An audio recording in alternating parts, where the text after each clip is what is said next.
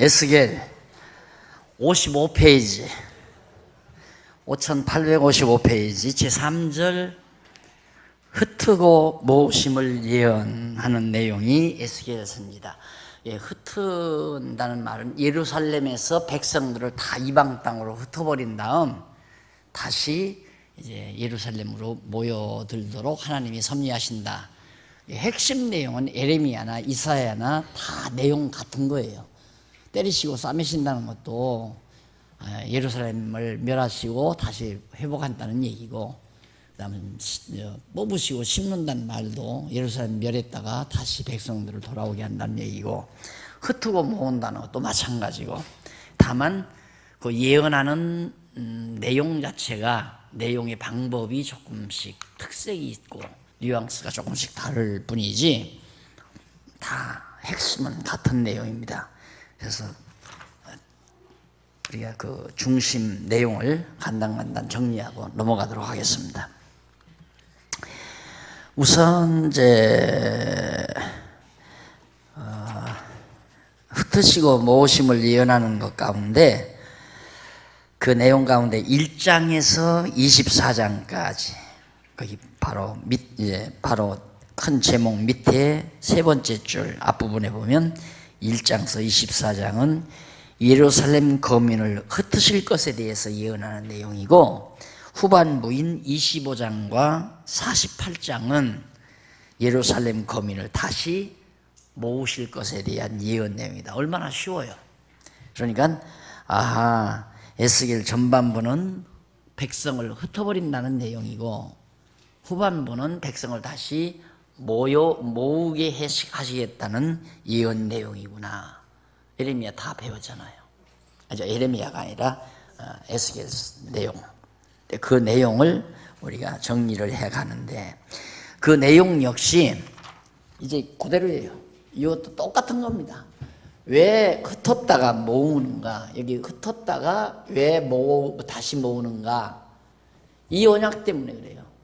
야곱을 통해서 유다 지파에게 왕의 홀이 떠나지 않는다고 했기 때문에 여기서 그냥 흩어버리심으로 끝내버리면 왕의 홀이 떠나버리죠. 왕의 홀이 이어지는 게 아니고, 왕의 홀이 이어지기 위해서는 유다 자손이 다시 회복이 돼야 되고, 그 회복된 결과로 유다 지파에서 예수 그리스도가 만왕의 왕 되신 예수 그리스도가 오셔야 되기 때문에 회복을 반드시 시키셔야 돼요. 회복을 안 되고 완전히 유다가 영원히 멸해버렸다. 그러면 유다 자손에게서, 유다 지파에서 야곱의 자손 유다 지파에서 예수 그리스도가 오실 수가 없죠. 만왕의 왕이신. 그래서 마태복음 1장 1절에 보면 아브라함과 다윗의 자손, 야곱은 아브라함, 이삭 이렇게 되죠. 아브라함, 이삭, 야곱의 아버지는 이삭이고 이삭의 아버지가 아브라함이고, 아브라함이 이삭을 낳고 이삭이 야곱을 낳고, 그러면서 이제 마태복음 1장 1절에 아브라함이 이삭을 낳고 이삭은 야곱을 낳고 나오잖아요. 그러다가 다윗사 자손에게서 이제 예수가 나니라 이렇게 나오죠. 그래서 첫 마태복음 1장 1절에 보면 아브라함과 다윗의 자손 예수 그리스도의 세계라 이렇게 나오잖아요. 그래서 왜 흩으셨다가 왜 다시 모으시는가?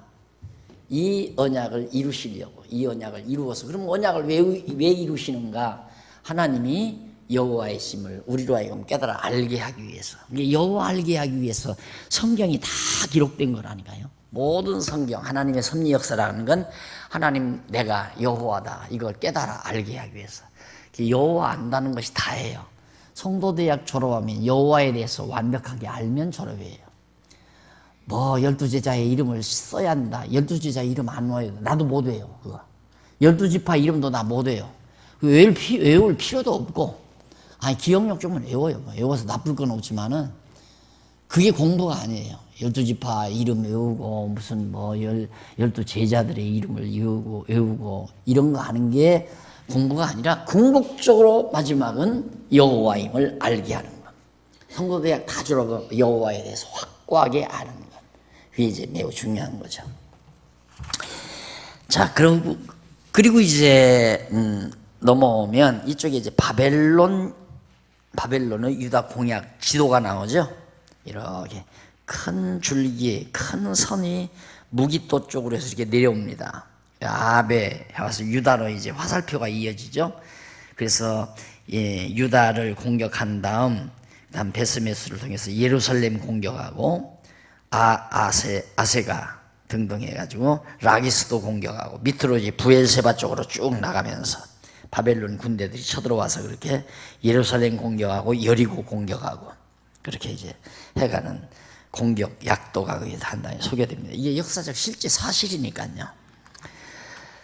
자, 그 다음 넘어가서 흩으심에 대한 예언, 아까 말했죠. 1장에서 24장까지가 59페이지 유다 백성들을 이방 땅에 흩으심에 대한 예언 내용이 24장까지인데 두 번째 줄 끝부분에 보면 그 내용 가운데 1장에서 24장 내용 가운데 첫째로 1장서 7장은 선지자가 소명을 받아 멸망에 대해서 예언하는 내용이고, 그러니까 에스겔 선지자가 하나님께 부름을 받아가지고 예루살렘 멸망에 대해서 예언하는 내용이고, 8장에서 16장까지는 예루살렘 멸망의 원인, 왜 예루살렘이 망하는가, 그리고 17장에서 24장은 예루살렘 멸망 방법에 대해서 예언하는 거예요. 얼마나 쉬워요.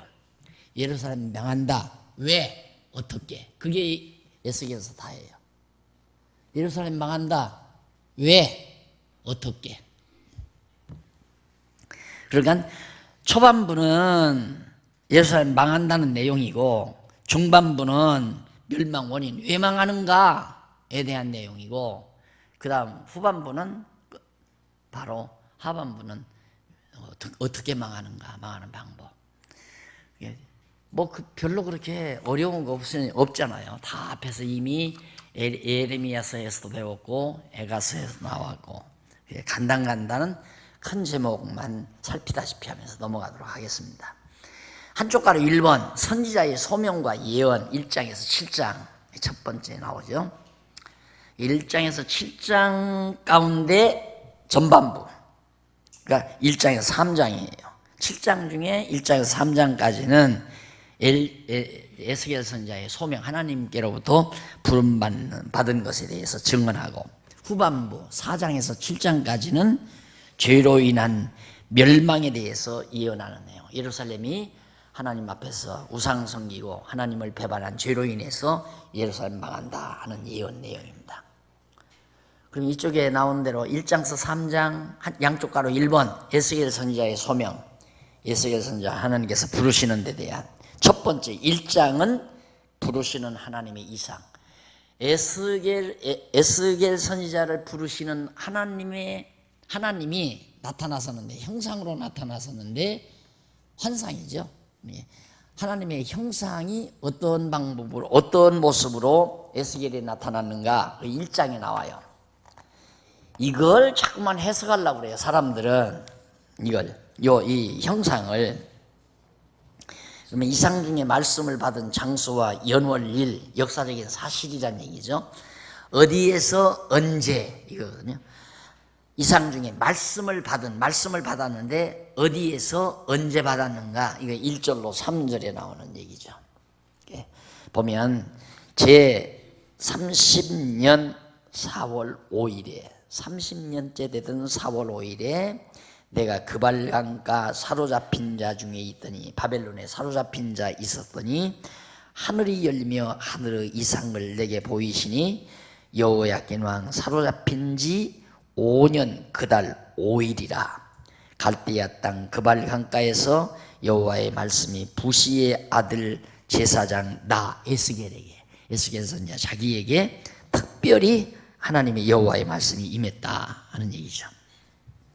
그런데 거기 제 30년이 언제냐, 이제 말씀을 받은 그 해인데 63페이지 줄바꾼데 두 줄 지나 줄바꾼데 나오죠. 그 밑으로 네 번째 줄 앞부분에 보면 따옴표 안에 제 30년 나옵니다. 제 30년은 여러 견해가 있으나 제사장이 30세가 되면 직무를 수행할 수 있는 민수기 4장 23절이 3절에 나오는데 제사장이 직무를 할 수 있는 연령이 30세예요. 30세가 못 되면 아무리 레위 자손이라도 제사장 일을 아직 못하죠. 우리 이제 지금도 예를 들어 장로 되는 나이, 권사 되는 나이, 목사가 되는 나이 있잖아요. 그 나이가 안 되면 아직 못 되는 거죠. 그러듯이 바로 제사장으로서 근무할 수 있는, 직무할 수 있는 나이가 30세거든요.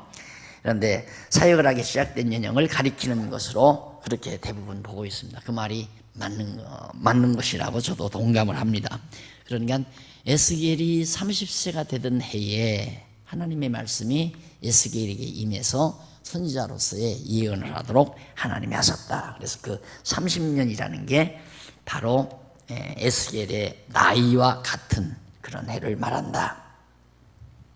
그리고 예언하는 시기는 아까 말했듯이 여호야긴 왕 사로잡힌 해가 BC 597년인데 그때부터 5년이라면 BC 593년, 594년이면 이때가 망할 때가 587년이니까 망하기 직전 593년.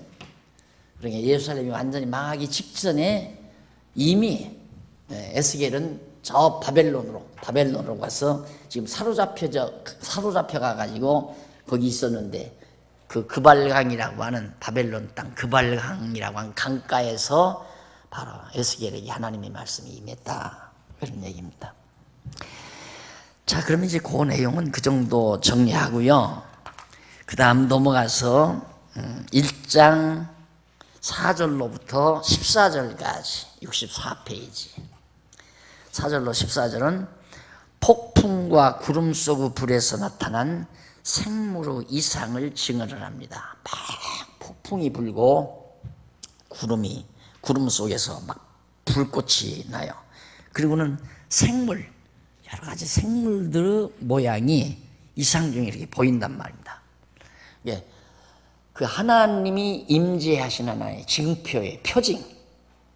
그러니까 예를 들면 오순절 날에도 막 바람 같은 혀같이 갈라진 불이 보였다고 그러잖아요. 혀같이 갈라진 불꽃이 성령이 아니라 성령은 눈으로 볼 수가 없죠.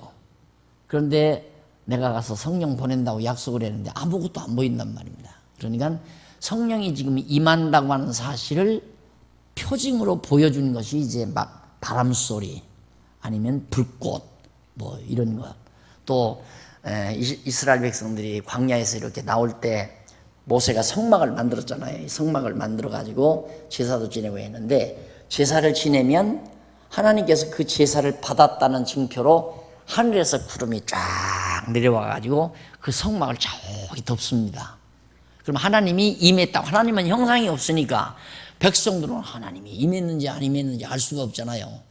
구름이 하나님은 아니에요. 구름이 하나님은 아닌데 하나님이 임재해 계시다고 하는 사실을 구름을 보고 하나님이 임재했구나는 하는 하나의 증표로 하나님의 임재를 알도록 하는 거죠. 예를 들면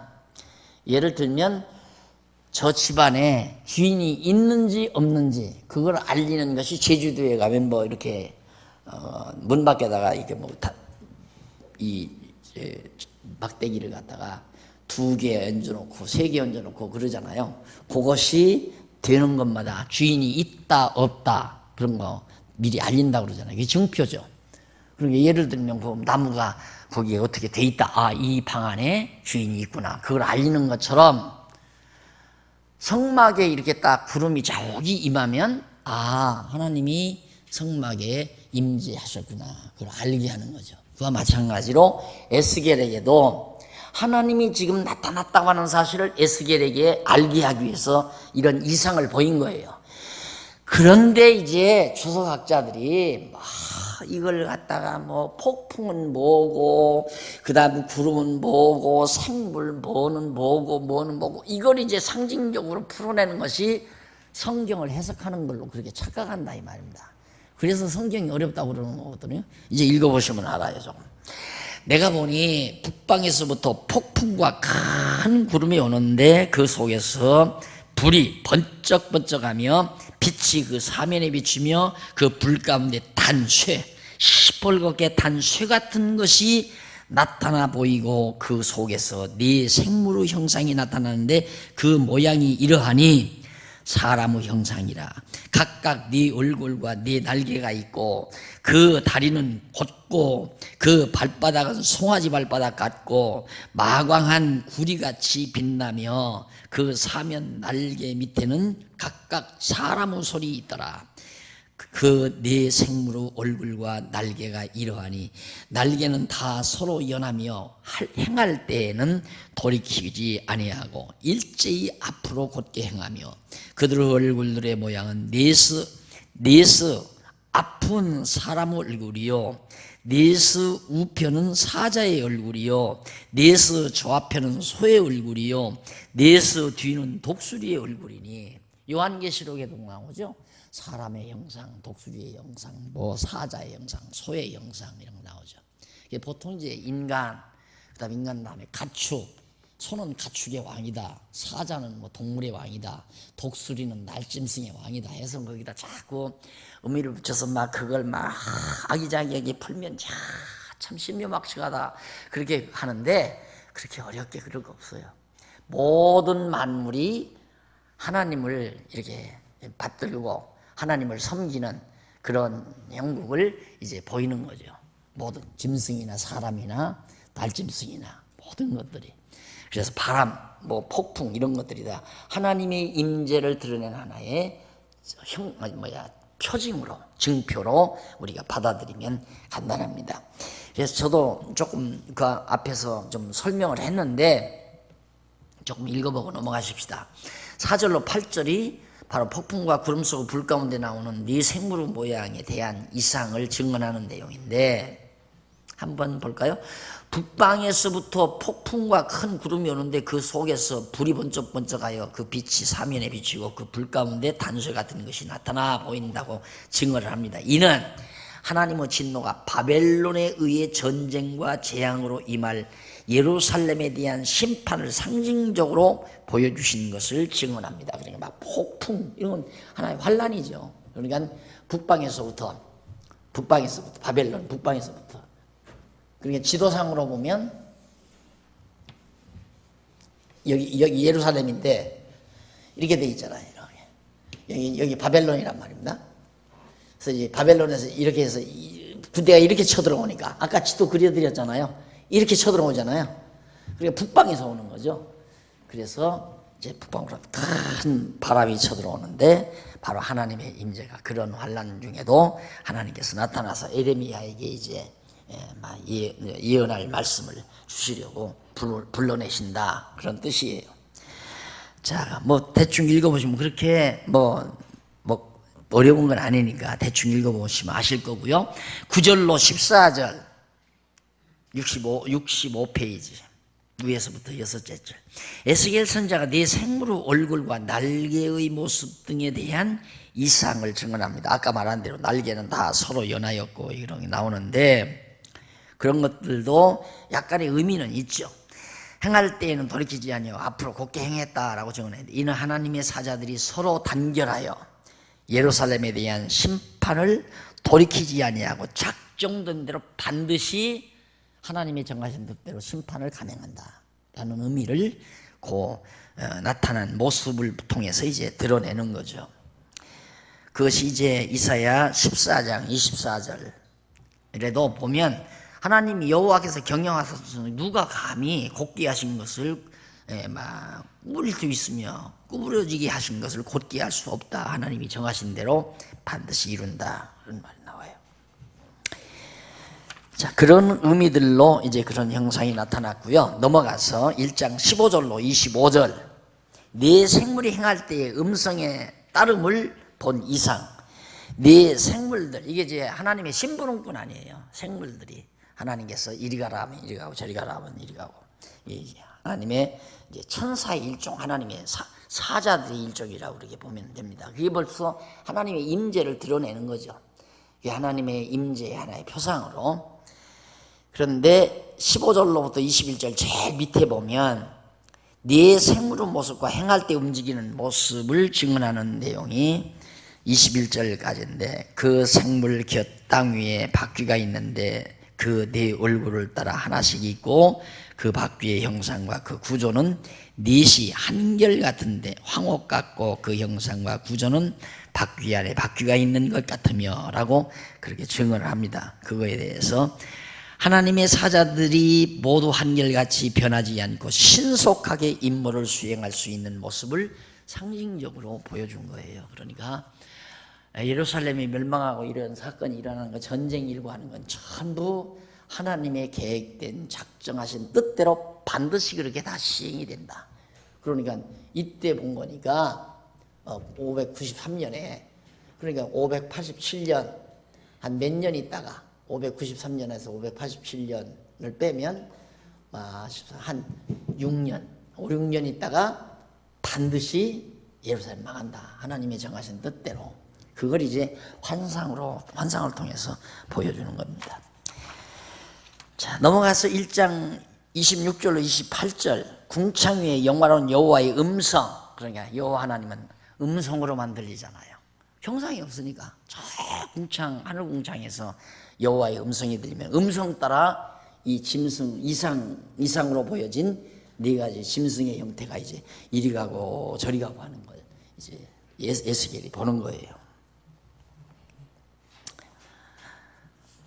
그래서 이쪽 69페이지에 보면 에스겔 선지자는 그 머리 위에 있는 궁창 위에 보좌의 형상이 있는데 그 모양이 남보석 같고 그 보좌의 형상 위에 한 형상이 있어 사람의 모양 같더라고 증언했습니다. 그러니까 사람의 모양 같은 그런 이상을 근데 그분이 이제 하나님이죠. 쉽게 말하면.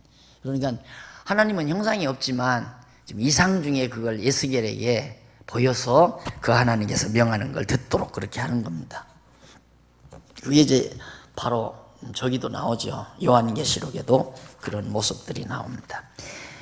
자, 이렇게 해서 일단은 에스겔이 환상을 일단 보고 나서 2장, 3장 넘어가면 70페이지 중간에 보면 동그라미 안에 2번 부름받은 에스겔의 사명. 하나님께서 에스겔아 하고 에스겔을 불러서 너 이거 해라 하고 사명을 줍니다. 그래서 그걸 다 합쳐서 불러서 사명을 준다 해가지고 부를 소자 명할 명자. 그래서 소명이에요. 소명. 불러 사명 할 일을 명한다. 그래서 소명. 그래서 에스겔의 소명 이 말은 하나님께서 에스겔을 불러서 명하신다. 이때 이제 물으시는 것은 실제로 그렇게 이상을 보여서 하지만 지금은 그렇게 불러내는 게 아니죠. 이렇게 하나님의 말씀을 통하여 말씀을 듣고 깨달으면 하나님께서 성령께서 우리 마음속에 감동을 주어서 내가 해야 할 일을 깨닫게 하시고 또 나를 하나님이 부르셔서 그래서 구원의 첫 서정 가운데 바로 이 부르심 이게 나오잖아요. 부르심. 하나님이 불러가지고 하나님의 자녀만 중생케 해서 회개시켜 믿음 갖게 하고 그렇게 이제 해나가셔서 우리를 구원에 이르게 하는데 불러서 이제 사명을 주죠. 사명은 각자 은사 따라 주는 거예요. 사명이 하나님의 명령이에요. 목사가 이렇게 준다.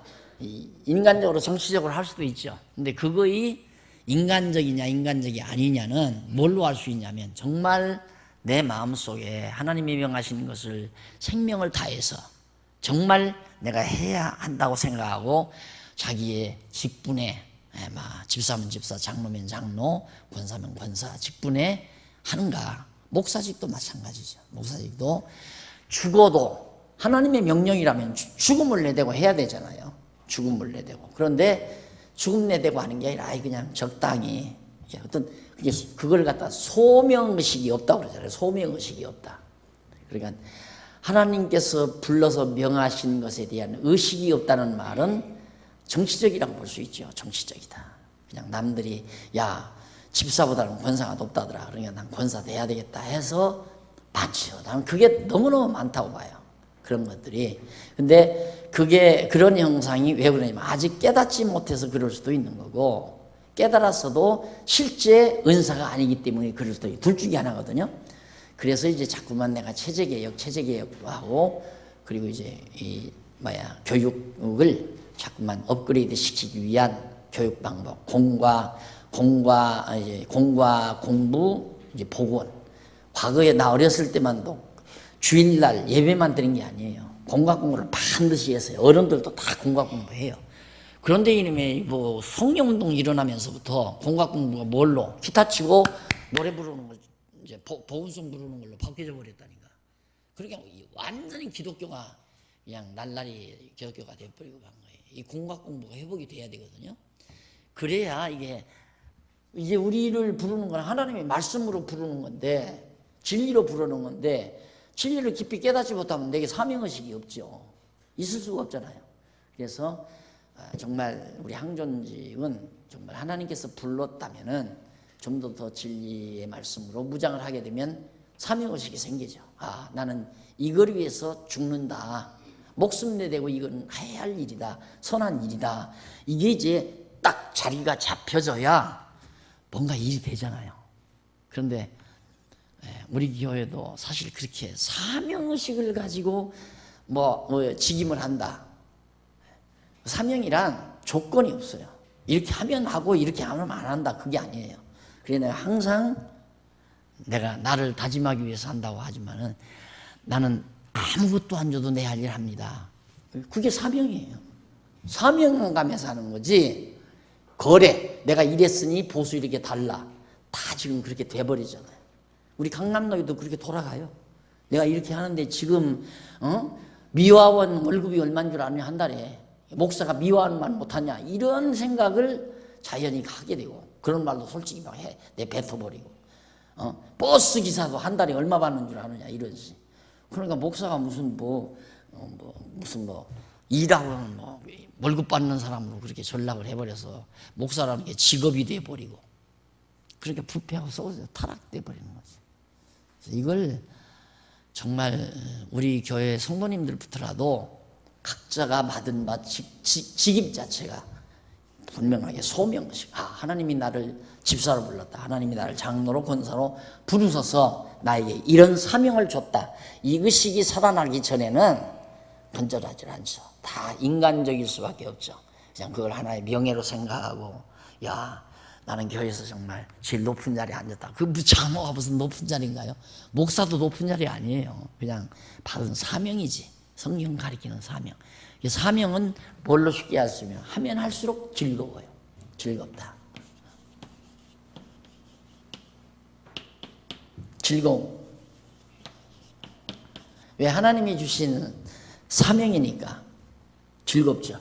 예를 들면 세상에 대통령이 막 이렇게 다 조사를 해봐. 이 사람 정말 보사부 장관 시켜야 되겠다. 이 여자는 정말 한국인들의 건강을 위해서 충성을 다할 만한 일을 열심히 할 수 있는 그런 인재다 해서 보사부 장관의 어떤 여사를 하나 픽업을 했다.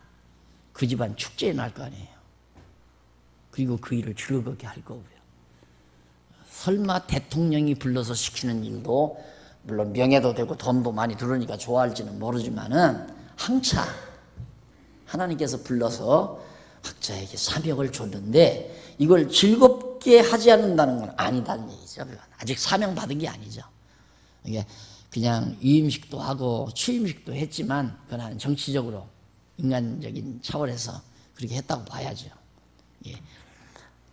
이 에스겔이 이렇게 하나님께로부터 직접 환상이 나타나서 이상으로 나타나서 불러서 명하는 이제 바로 소명입니다. 그러면서 백성에게 말씀을 전하라. 소명은 다른 거 아니에요. 너 백성에게 말씀 전하라. 책을 보여주심을 증언.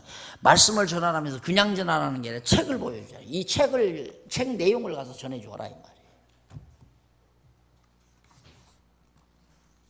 그래서 거기 인자라는 말이 나오죠. 인자 거기 1절 조금 보시면 그가 내게 이르시되 인자야 일어서라 내가 네게 말하리라. 그 보좌에 앉으신 사람 같으니까 인자야 너 일어나거라 내가 네게 할 말이 있다 하면서 말씀하실 때 그 신이 내게 임했다. 하나님의 신이 자기에게 임해서 나를 일으켜 세우기로 내가 그 말씀하시는 자의 소리를 들으니 내게 이르시되 인자야 내가 너를 이스라엘 자손 곧 패역한 백성 나를 배반하는 자에게 보내노라. 그들과 그 열조가 내게 범죄하여 오늘날까지 이르렀나니 이 자손은 얼굴이 뻔뻔하고 마음이 강팍한 자니라. 내가 너를 그들에게 보내노니 너는 그들에게 이르기를 주 여호와의 말씀이 이러하시다 하라. 여호와께서 하신 말씀 전달해 주어라 말이지. 그 인자라는 말이 벳아담이라는 말이에요. 벳아담.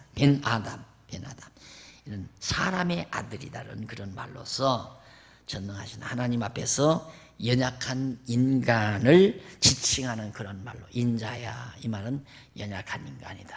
이 하나님 앞에 하나님과 대조해서 볼 때 사람의 아들은 연약하잖아요.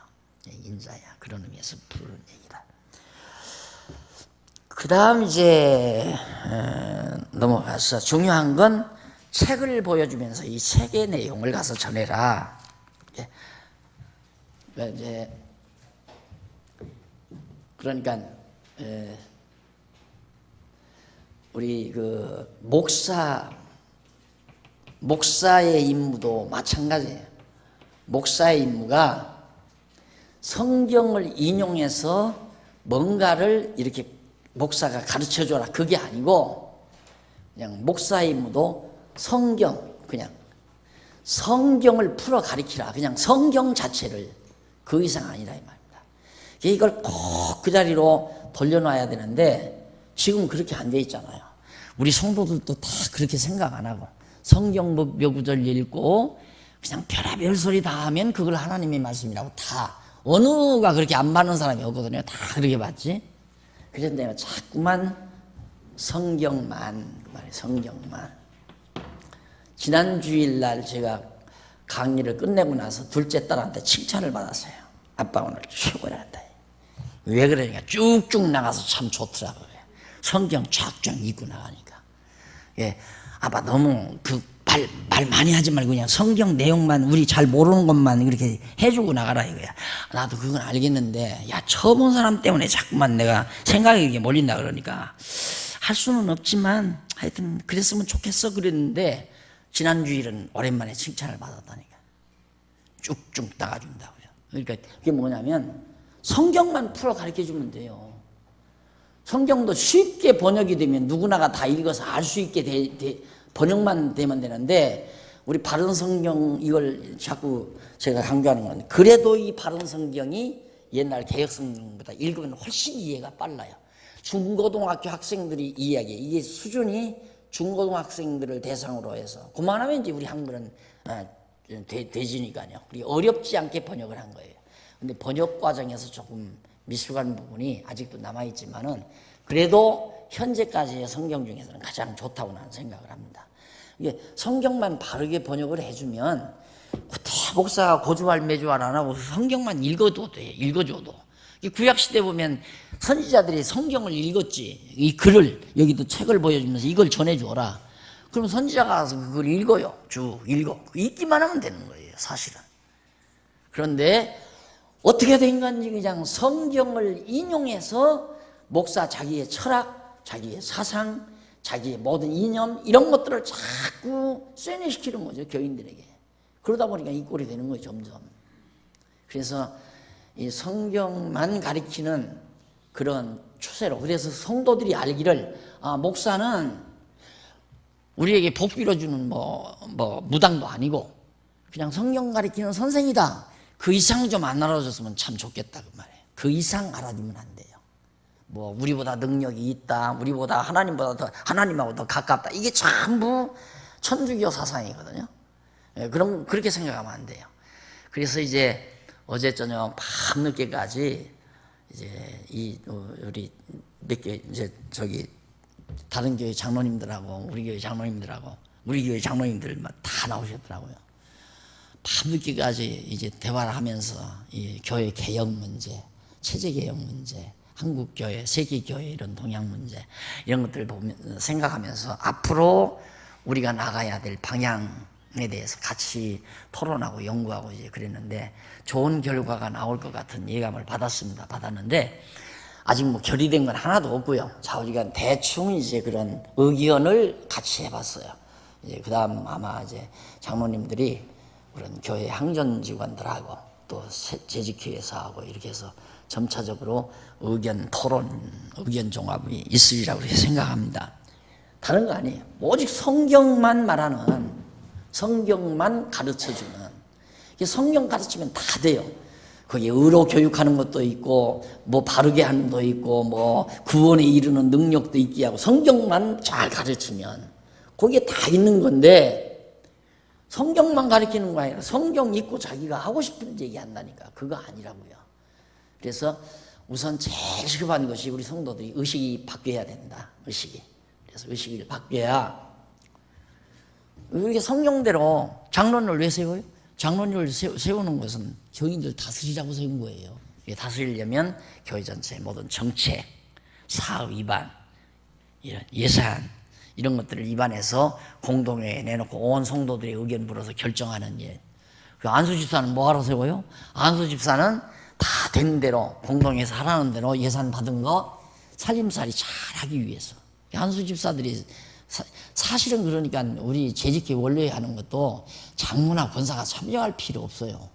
그 일은 안수 집사들이 할 일이기 때문에 안수 집사들하고 소리 집사들만 참석해서 해도 된단 말입니다. 무엇 때문에 장로님 뭐 그냥 권사님들까지 다 참석해서 그럴 필요 뭐 있어요.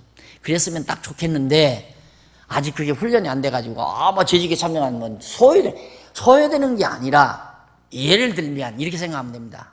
사장이 사장자리에 앉아서 회사 전체를 관장하고 회사 전체를 구상하고 이런 게, 그리고 뭐 외부 이제 여러 가지 사업 관계자들을 만나서 이제 서로 이제 담소하고 이러면서 이제 회사를 키워가라는 생각을 하는 것이 이제 사장인데, 또 서무직원한테 가서 야, 그걸 이렇게 하고 여긴 이따 쓰고, 야, 너 그 돈 그렇게 지출하고 이렇게 지출하고, 사장이 거지다고 앉아 있으면 사장 회사 꼴 뻔하잖아요. 그러니까 그거 하지 말고 권사님들은 열심히 여성도들 신앙 성장하도록 늘 생각하고 가르치고 지도하고 관리하고, 그리고 장로님들은 온 교회를 이끌어갈 정책을 마련하고 정책에 합당한 사업도 기획하고 그 연구하고 토론하고, 이래서 이제 교회를 이끌어가고, 안수집사님들이 들어오는 연봉돈 받아서 잘 야무지게 공동회에서 해준 대로 해가고 그렇게 해야 되잖아요. 그런데 너무너무 바꿔야 할 게 많다니까. 이게 안 바꿔지는 게 성경대로 가리키는 이걸부터 먼저 바르게 돼. 목사가 다 앉아서, 여러분 다른 일반 교회는 목사가 절대 목사 말 없이는 10원 한 장 왔다 갔다 못합니다. 딱 거머쥐고. 그런 게 많아요, 여러분. 그리고 목사가야 장부 뒤집어 차고 자기가 지출하고 자기가 다 관장하고 하는 것도 있고, 안 그러면 자기 뭐 친척, 한바탕에 나부레기라고 하려고 했네.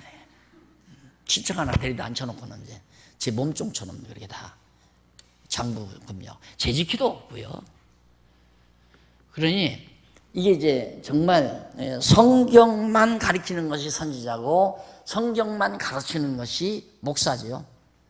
예수님께서 참 선지자고 참 제사장이고 참 왕이신데, 예수님께서 선지자 노릇을 할 때 어떻게 하는가? 심부름 꾸린. 그래서 우리를, 이 목사를 메신저라고 생각하면 메신저. 그러니까 메시지를, 편지를 전달하는 자. 편지 전달하러 가가지고 편지는 없애버리고 지 맘대로 앉아서 우리 주인께서 당신을 사랑합니다 하고 집안 다 평안합니까? 그렇게 말씀하시고 뭐라고 입으로 다 그렇게 말한다면 그거 안 되는 얘기죠. 메신저는 편지, 글 그거 갖다 딱 전달하는 자. 목사는 그 이상 하면 안 돼요. 목사가. 그래서 그 이상 하는 것이 다 빗나가는 거죠. 전부가 다 빗나가요. 지 맘대로 성경 해석하고, 성경을 사사로이 풀지 말라는 말도 성경은 성경대로 풀어나가야 하는데 지 맘대로 다 푸는 거예요. 그러다 보니까 그럼 박 목사 너는 왜 그렇게 말이 많냐? 빨리 읽고만 지나가라 하려지 뭐냐? 읽어도 모르니까 그래서 덧붙여 드리는 거거든요. 성경 지금 일러드리는 거 아니에요. 성경 일러드리는 거. 성경이 없는 걸 말하는 게 아니라 그게 매우 중요하다. 그래서 선지자 에레미야에게도 하나님께서 두루마리 책을 뭐 어떻게 너 입으로 먹어라. 3장 1절로 11절에 보면 두루마리를 먹고 백성에게 가서 고하라 명하는 것을 증언하는 내용입니다. 너 이 두루마리라는 말은 진열대에 모형도 있잖아요. 조그만 거 이렇게 둘둘둘 하는 거 그런 걸 딱 보여주고 이거 먹으라 이 말이에요. 이게 성경이거든요. 두루마리가 하나님 말씀을 네가 먹고 먹은 대로 가서 그대로 외쳐라. 그 다음 이제 3장 12절로 21절까지는 신에 의하여 포로에게 가서 사명 수행의 결과 에스겔이 할 수 없이 이제 하나님이 시키니까 두루마리를 먹고 하나님에 의해서 이제 명하신 대로 포로된 백성들에게 가서 자기 사명을 수행한 거예요. 가서 그대로 하나님 말씀 증거했단 말입니다. 좋아할 사람이 있겠어요? 예루살렘 망한단다. 지금 일부 예루살렘이 망하기 전에 일부 포로로 잡혀가서 지금 바벨론에 가서 있는데 아직 예루살렘 망하지는 않잖아요. 소망이 있죠. 소망. 아직 예루살렘 망하지 않았으니까 혹시나 우리 곧 돌아가지 않겠나 이런 생각. 그런데 에스겔이 뭡니까? 다 망한다 이제 예루살렘. 그걸 듣기 좋아할 사람이 누가 있어요? 듣기 싫든 말든 하나님이 전하라는 얘기는 전하는 거죠. 그러니까 저 성도들이 듣기 좋은 말을 해서 인기 얻으라는 게 아니에요. 자꾸 유혹을 하죠. 그 뭐 강의할 때 좀 성도들이 좀 듣기 좋게 농담도 좀 하고 재밌게 왜요 뭐 장누구 있잖아요. 그런 식으로 좀 하면 안 되냐. 어떤 사람들은 그런 얘기도 해요. 무슨 얘기가 만담장소도 아니고 뭐 성도들을 귀 즐겁게 하려고 하는 것도 아니고 듣기 싫거나 말거나 그냥 성경대로 가르치면 되잖아요. 성경대로. 그런데 이 목사 일하기가 참 힘든 게 뭐냐면 인간적으로 생각하면 내가 이 말을 했다가는 아무개가 들으면 상처받을 텐데 그거 싹 눈 감아버려야 돼요. 의식도 말해야 돼요. 그냥 상처 받거나 말거나 성경이 있는 대로 나오면.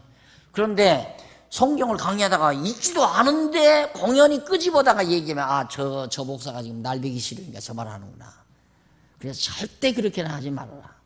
요즘에 우리 노회 후배 목사님도 지금 목회하다가 고민이 있다고 그러면서 선배들한테 얘기를 했나 봐요. 그러니까 선배가 벌써 노련해가지고 목사님 지금 목사님이 아니라 너라고 했다는 것 같아요. 하도 어리고 그러니까 너 요즘 설교 어디 가냐 그러니까 설교를 야고보서를 한다고 그러더래요. 그러니까 목사님이 다 거짓말을 네가 아직 야고보서 강의할 때가 아니야. 야고보서 해가지고 행함이 없는 믿음은 죽은 믿음이다 그거 아니에요. 뭐냐 집사가 뭐고 권사가 뭐냐 행함이 없는데 아무것도 죽은 믿음이다. 이거 듣기 좋은 사람이 어디 있어요. 그러니까 나가버리지 뭐. 듣기 싫은데 뭐 하려고 얘기했어요. 그냥 마태복음 강의해라. 마태복음. 고맙습니다. 좋은 아이디어를 주셨습니다. 야고보서를 강의해도 그렇게 무슨 의도적으로 요즘 이 완전히 교인들이 이제 아무것도 안 하고 열정도 없고 충성도 안 하고 요 한 번 얻어 터져라 하고 계획적으로 하는 건 교인들이 뭔지 알아요. 그냥 정말 하나님의 말씀을 말씀대로 순수하게 전할 때에는 자기한테 하지도 않는데 오늘 목사님 오늘 나한테 다 하시대요. 몰라 나는 목사님 장로님한테 했는데 집사님한테는 모르지만 성경이 있으니까 한 거지 뭐. 당신들이 다 알아요. 당신들이 들으면서 저 말씀은 내가 듣고 좀 각성을 해야 되겠다 이런 생각을 가지도록 순수하게 성경을 전하면 되는 거거든요. 그래서 포로에 가서 그 사람들은 지금 너희들 머지않아 곧 돌아간다 이쪽으로 이제 예루살렘 우리가 먼저 포로로 왔지만은 이제 하나님께서 우리를 이쪽으로 돌려보내실 거다 이런 얘기나 듣기 좋아하지. 야 예루살렘 망한단다. 다 불타버린단다. 이거 가서 전하라는데 가서 잘못하면 내 맞아 죽죠. 너희는 왜 그따구 소리를 하냐고. 하나님이 시키니까 인기 없어도 하는 거예요. 그러니까 성도들에게 인기 얻으려고 강의하는 거 아닙니다. 그래서 내가 그런 구상을 늘 했어요. 솔직히 뭐 대충 아시는 분은 알지만은 이게 목사가 교회 주변에 있어서는 안 된다. 더더구나 나 같은 경우는 교회 주변에 딱 차고 있으면 이 장안중학교가 박 목사 건지 알아요. 목사가 다 잔디밭도 가꾸고 뭐 이것도 다 챙기기도 하고 문단속도 하고 늦게까지 앉아서 여기다 예배당 지키기도 하니까 야 장안중앙교회 박 목사 거다. 그렇게 연보하면서 박 목사 도와주는 줄로 그렇게 착각하는 사람들도 있고. 그래서 지금 부상은 하나님께서 허락만 하면 우리 목사님들은 어디 그냥 집단에 들어가서 연구하고 책이나 쓰고 그러다가 딱 강의 시간 주일날이면 주일날, 수요일이면 수요일날, 화요일이면 화요일날 강의 시간 와서 강의 딱 마치면 안녕히 계십시오 하고 딱 가버리고. 그전처럼 무슨 권사님들 책가방 걸려서 뭐 신방날 이건 장로님들이 하셔야 돼요. 장로님들이 성도들을 따독이고 장로님들이 성도들을 관장을 해야 장로교지. 안 그러면 목사가 교인들 다 순회시켜 놓으면 장로들은 완전히 노예돼요. 그런 현상이 지금 당장 나타나잖아요. 우리 노예 안에도. 필요 없어요. 헛다리예요. 이거 다 그렇게 되면. 그래서 꼭 그렇게 좀 됐으면 하는 게 항상 제 바람인데 나부터도 이제 그러고 싶고요. 사실은. 그런데 이제 아직 그런 형태가 안 되기 때문에 그런 방향 쪽으로 좀 방향을 전향시키려니까 우선 성도들이 의식부터가 그렇게 안 되니까 우리 성도들은 뭡니까? 목사 중심으로 다 똘똘 뭉치는 거 좋지요. 목사야 좋지요. 목사 중심으로 모든 성도가 막 100명, 200명가 똘똘 뭉쳐지면 하라는 대로 죽으라면 죽으면 신중도 하고 돈 가져오면 돈 가져오고 앉으라면 앉고 서라면 서고 갔다 오라면 갔다 오고 얼마나 좋아요? 종 많으니까. 그건 아니잖아요. 다 똑같이 배워서 각자가 소명의식 가지고 각자 자기 소명의식이 있어야 돼요. 하나님이 날 불렀다. 나는 이 일 하라고 하나님이 날 불렀다. 그래서 모여들다 보면 교회가 되는 거예요. 쫙쫙쫙쫙 퍼즐 맞듯이. 이런 일 하는 사람이 있고 저런 일 하는 사람이 있고 다 하다 보니까 자동차 한 대가 공장에서 각종 기술자들이 팀대로 전부 일을 하면 3분 만에 5분 만에 차 한 대씩 세단 차 한 대씩이 쫙쫙 떨어져 나오듯이 그렇게 다 들어만 누가 성령께서 그렇게 하신다고 말이에요. 그거 이 지상교회에서 가능하다는 얘기입니다. 나는 확신해요 그게. 그래서 그렇게 되려면 모든 재직들이나 성도들이 소명의식이 각자가 확고하고 분명해. 하나님은 나를 왜 부르셨을까? 나를 이 세상에 왜 태어나게 하셨을까? 이게 있어야 되거든요. 이 에스겔은 하나님께서 명하시니까 정말 인기 없어도 가서 하잖아요. 인기 없어도.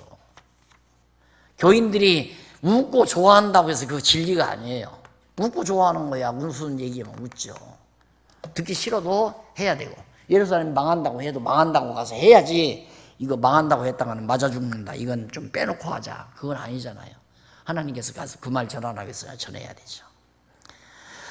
자, 그 다음 넘어가서 3장 22절로 27절 말씀 전파에 관하여 증언하면서 전파 여부에 대해 예언합니다. 전파 할 건가 안 할 건가 그 여부에 대해서 우선 그 뒤 25절로 27절만 읽어보십시다. 이쪽 81페이지의 세 번째 줄 보면 25절로 27절은 에스겔 선지자가 말씀을 전하지 못하게 하시거나 전하게 하신다는 언약을 예언하는 내용입니다. 자, 25절 여기 보면 인자야 무리가 줄로 너를 동여 매리니 네가 그들 가운데서 나오지 못할 것이라. 에스겔이 가서 저런 듣기 싫은 말 전하니까 무리들이 달겨들어서 꽁꽁 묶고 간다 이 말이에요. 하나님이 예언을 해요. 그렇게 된다. 내가 내 혀로 내 입천장에 붙게 하여 너로 벙어리 되어 그들의 책망자가 되지 못하게 하리니 그들은 패역한 족속임이니라. 그러니까 백성들이 다 패역해서 내 입천장에 붙게 한다. 내가 내 혀로 내 입천장, 혀가 입천장에 붙어버리면 말을 어떻게 해요? 하나님께서 못 전하게 한다. 꽁꽁 묶고 입천장에 혀가 붙게 해서 그래 말씀 못 전하게 한다. 하여 너로 벙어리가 되게 하여 그들의 책망자가 되지 못하게 하리니 백성들을 책망해 받댔자. 패역한 백성 책망해 받댔자. 잘못하면 에스겔 잡아 죽일 거 아니에요. 그 말 못하게 내가 동여 매고 입천장 붙게 한다. 그러나 27절 내가 너와 말할 때 네 입을 열리니 벙어리 되게 했다가 말하게 한다 이 말이에요. 너는 그들에게 이르기를 주 여호와의 말씀이 이러하시다 하라. 들을 자는 들을 것이요 듣기 싫은 자는 듣지 아니하리니 그들은 패역한 족속임이니라.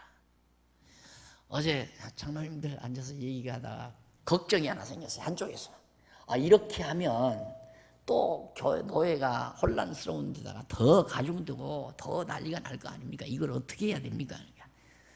그 다음 조금 있다가 다른 장로님들이 막 나오네. 아유, 듣기 싫어 말고 떨어질 사람은 떨어지고 붙을 사람은 붙고 그걸 뭐를 걱정합니까? 그러면서 아주 전부가 다 그쪽으로 가시더라고요. 뭐 그거 두려워서 못하겠느냐. 하나님께서 듣게 할 자 듣는 거고 못 듣게 할 자 못 듣는 거 여기도 나오잖아요. 그런 거 두려워서 바르게 하는 걸 주저하면 안 되죠. 이미 아시다시피 통합 측에서 이제 이걸 다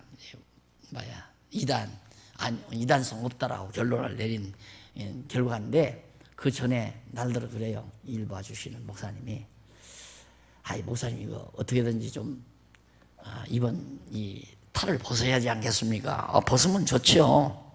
그런데 이제 표현을 못하면 그래도 세상을 살다 보면 가리쟁이 밑으로 좀 지날 줄도 아셔야 됩니다. 이런 얘기를 해요. 그 말 내가 왜 못 알아들어요?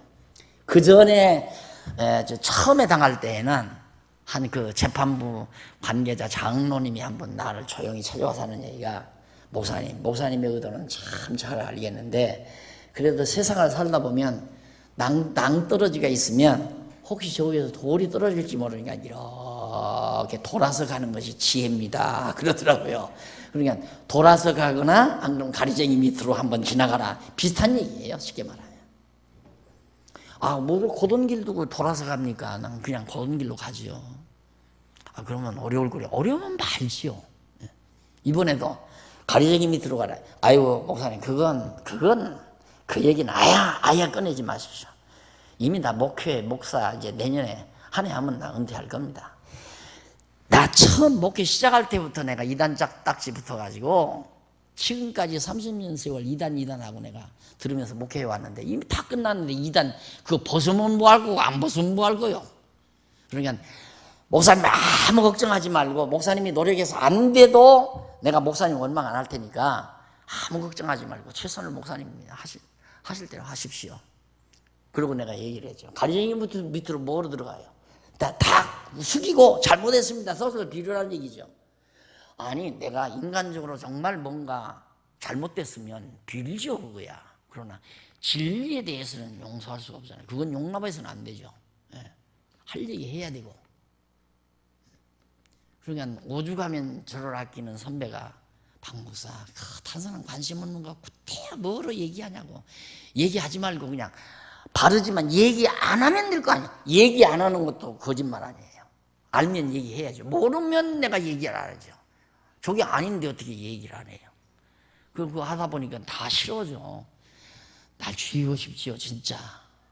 그 11조 안 내면 교회 다 망하다시피 하는데 이놈의 제일 그거 하나를 건드려 놓으니까 막 난리 아니에요. 죽이려고.